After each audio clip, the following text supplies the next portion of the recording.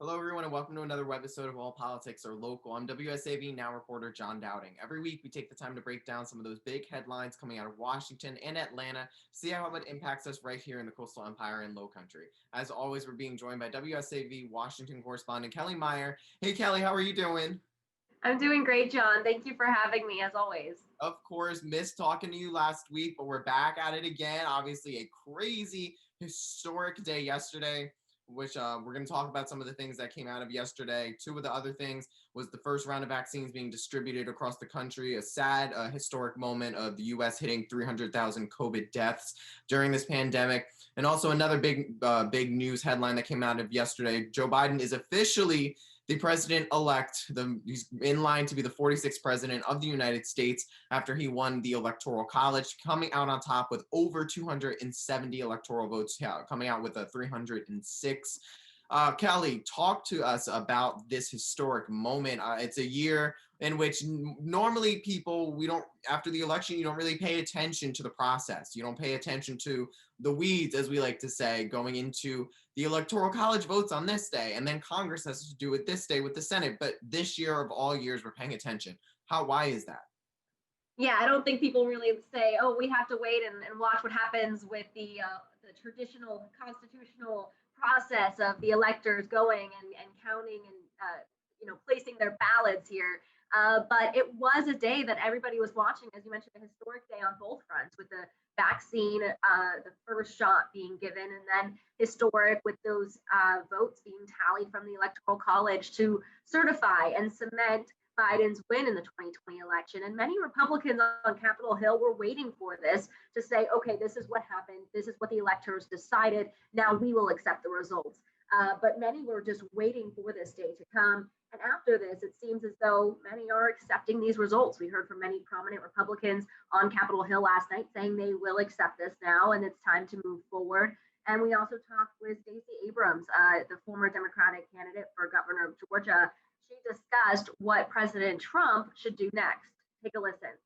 Regardless of his internal feelings about the outcome, I believe that we will have a transition of power in less than 40 days. And that transition of power will include making certain that Joe Biden become the 46th president of the United States. So basically, she's saying there we're looking towards the inauguration on January 20th. But before that day, as you mentioned just before, on January 6th, that's when Congress will receive those ballots that the Electoral College cast. Congress will then count them to certify it in their own way. And then it goes on to January 20th, the inauguration. Now, Republicans can push back on that day. And if you have one member from the House and one member from the Senate who objects to these results, those two chambers will adjourn and consider it. But with Democrats in the majority in the House, the result will still be the same. And as I said, many prominent senators, Republican senators, are accepting the results. I'm only seeing some pushback this morning from GOP House lawmakers on this.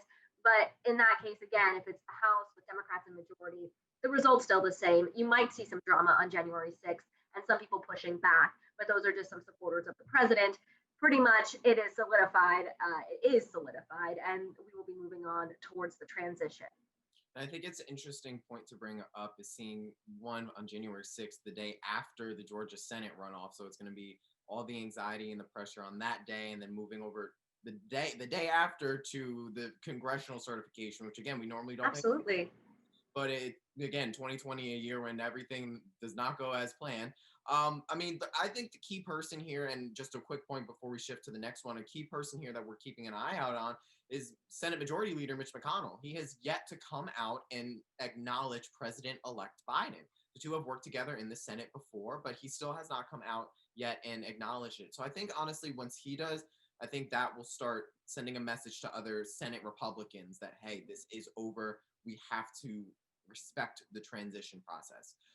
But again, switching gears here now, talking about other things going on in Congress right now, is this hope for COVID-19 relief that lawmakers have been working on for honestly months at this time. We've been talking about it for months, and we are seeing a last-ditch attempt to try and get some more COVID relief into for families across the country. Obviously, they have until the end of this week to try to do it. I heard some talk about possibly staying into next week around Christmas.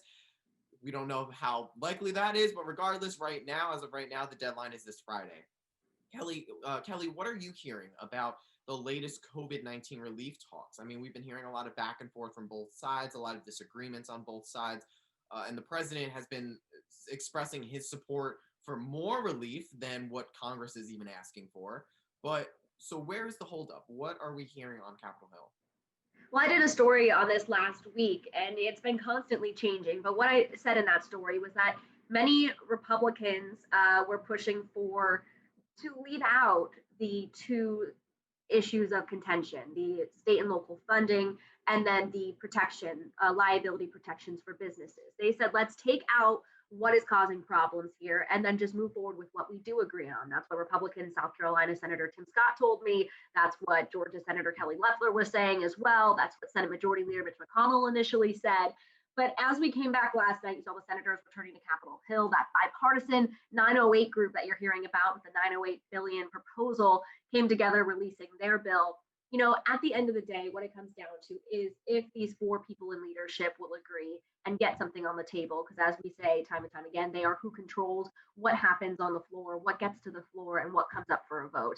So whether or not we're going to see this come up on Friday, it's going to come down to Senate Majority Leader Mitch McConnell, House GOP Leader Kevin McCarthy, House Speaker Nancy Pelosi, and Senate Minority Leader Chuck Schumer. Those are the four people you want to watch this week and see what they say will come together.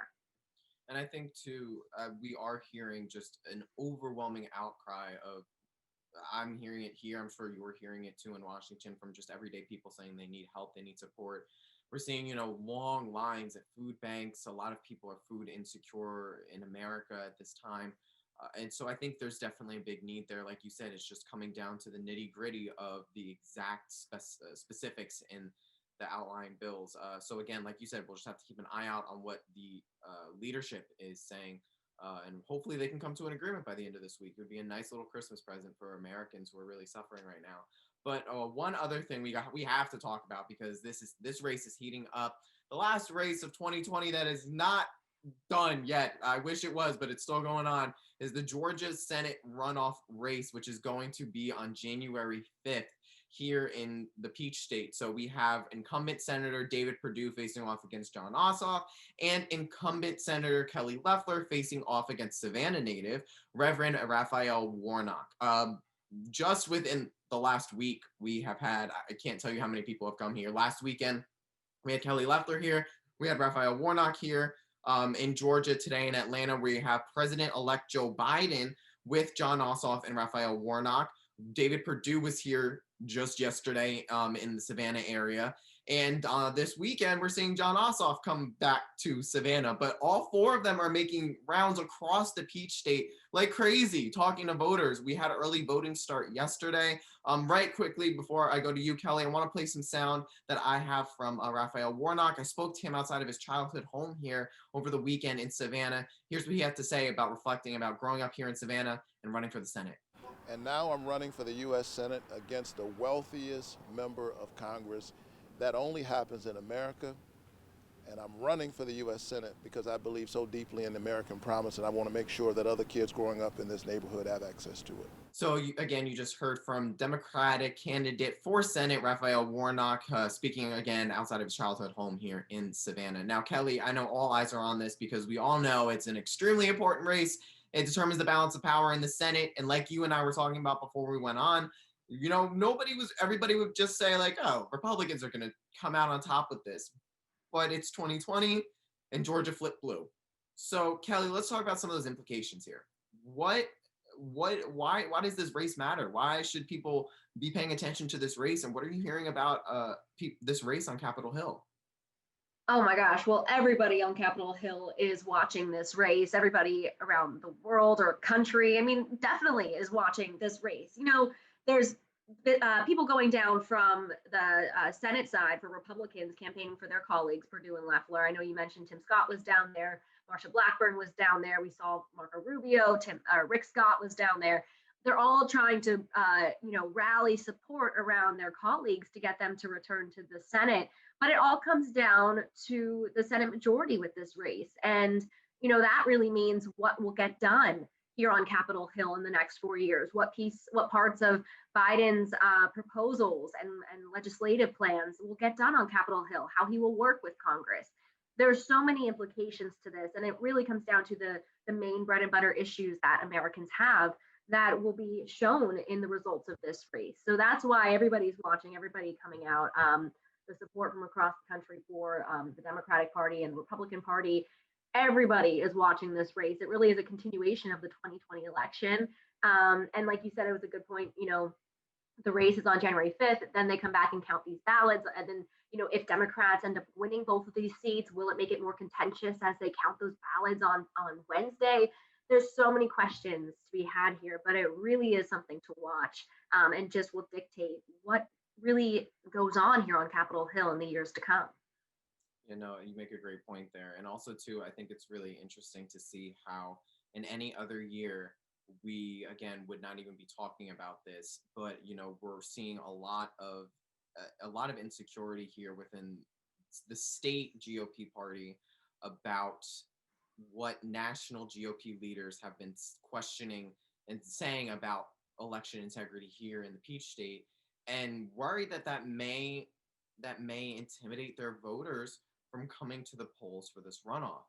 So I think, like you said, Kelly, there's so much going on this year. There's so much attention and so many eyes on these races here that it's one of those things where this race has become nationalized again. It really does almost feel like a second general election coming up in January. It's really weird to be a part of, but here we are in 2020. But thank you, Kelly, as always. Yeah, right. I mean, thank you so much, Kelly, for chatting with us today and helping us talk about some of these headlines coming out of Washington before the holidays. Absolutely. Thank you for having me. Of course. You can see more of Kelly's stories on our website. Just go to wsav.com/Washington. And you can catch up on previous episodes of All Politics Are Local as well. Just go to wsav.com/allpoliticsarelocal.